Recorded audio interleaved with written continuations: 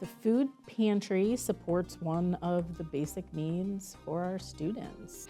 I think a food pantry should serve as a nutritional resource within a community to food insecure individuals. A food pantry is a group of community just coming together, ensuring that we are helping everyone in our community facing food insecurity. We feed hungry people, whether that's someone that has long-term food insecurity or whether it's somebody that is insecure just for their week because an unexpected bill came up. Having the food pantry inside the college makes it the most convenient for the clients. This pantry started in a very small way with Phi Theta Kappa, the National Honor Society here, finding out there was a need, and they just got it going. The Phi Theta Kappa students each year have to do a college project, and it's some sort of service to the college.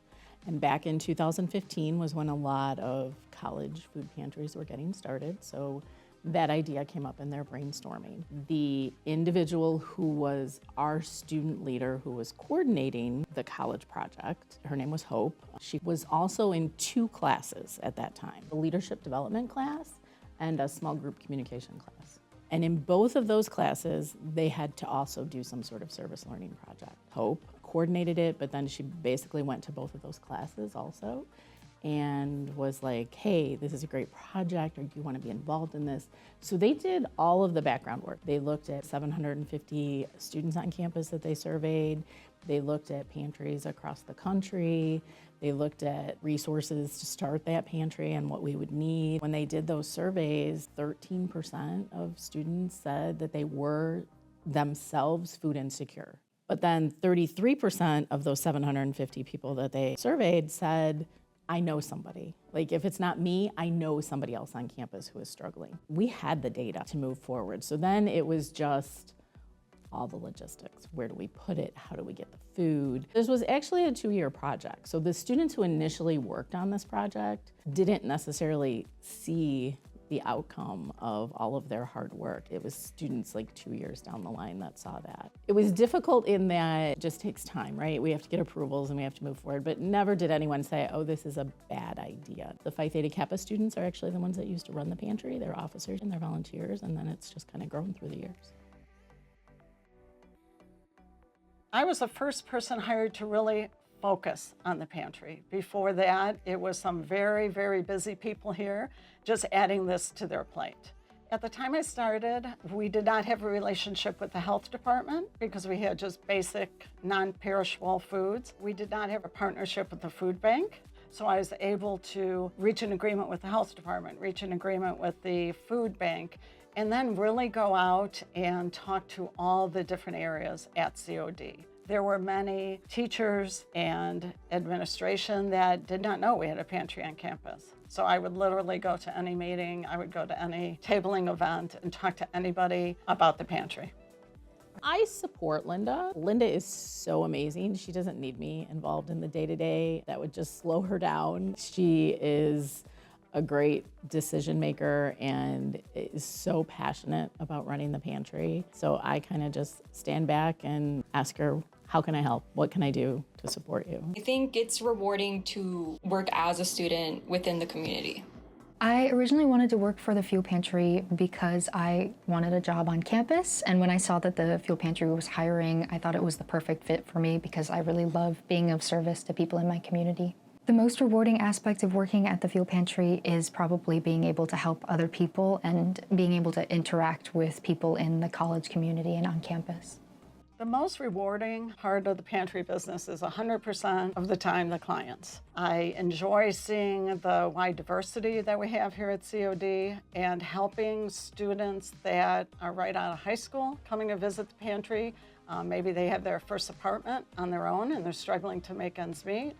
And the clients that are returning to college, that are in their 40s and 50s, that are getting a second degree or maybe their first degree to enable them to get a better job and to help them and help their entire family. Some of our clients are single people or couples, but a lot of them are families of 7, 8, 9 people. I'm the happiest when I'm actually in the pantry, checking in clients, helping them check out, helping restock shelves, My daily tasks mostly include stocking the pantry, sometimes data entry, checking visitors in and out, and logging and stocking donations. And then occasionally I will also refill our micro pantries, which are in different buildings around campus for people with more immediate needs for food.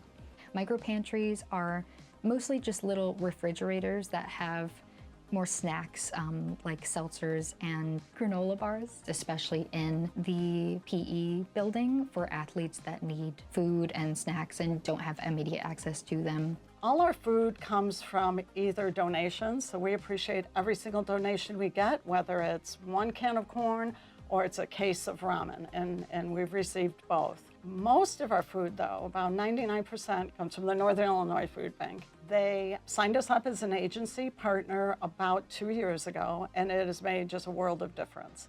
We get every week at least 2 pallets. A couple weeks ago, we got 5 pallets in.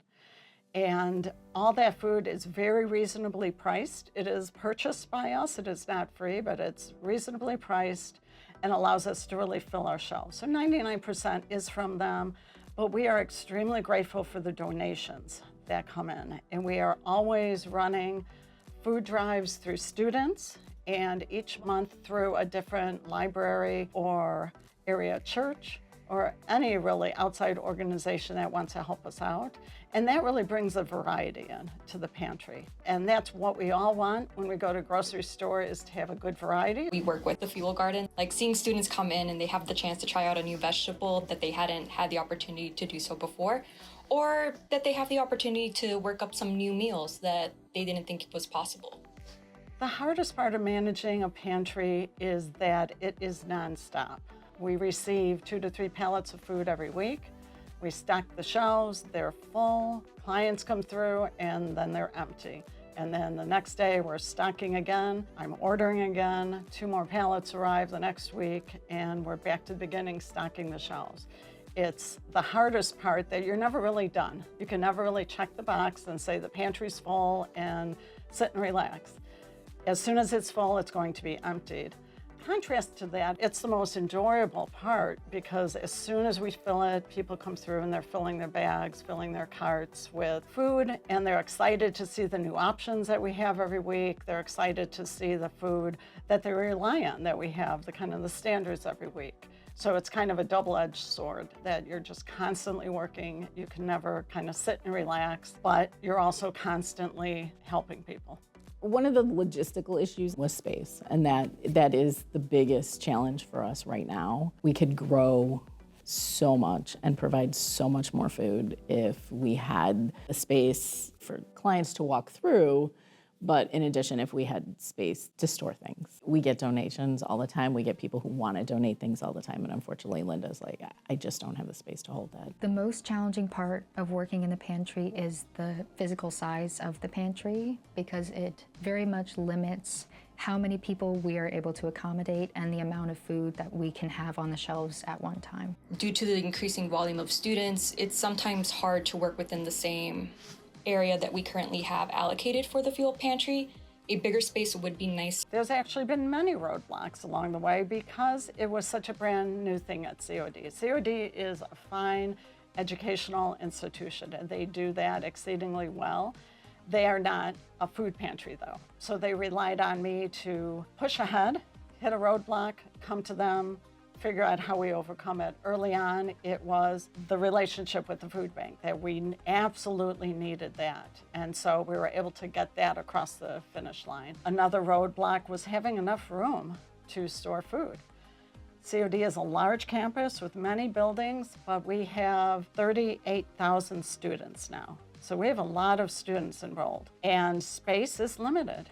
And so it was a lot of pushing for a small stock room and then a bigger stock room, and overcoming those hurdles, really relying on my boss's boss, to talk to their boss and their boss's boss to get space allocated to the pantry.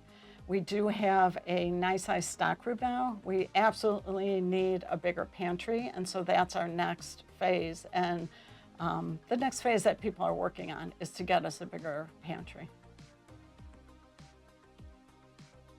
We're here to help you make ends meet. That's really our goal. We're here to serve the COD students and to try and wipe out any food insecurity anywhere on campus. It's a really rewarding feeling to know that it does impact people. And I think it's really nice to hear that people are like, this does impact me in a positive way. It is doing something. We didn't start big. If you can get someone to donate $200 to you and you can buy some granola bars and cans of soup and some just easy to distribute types of food that you can put in a cabinet in a particular office and just see what happens. There is a need out there. Food insecurity is a huge need, but there's a lot of need out there. Figure out what's speaking to you and do something about it.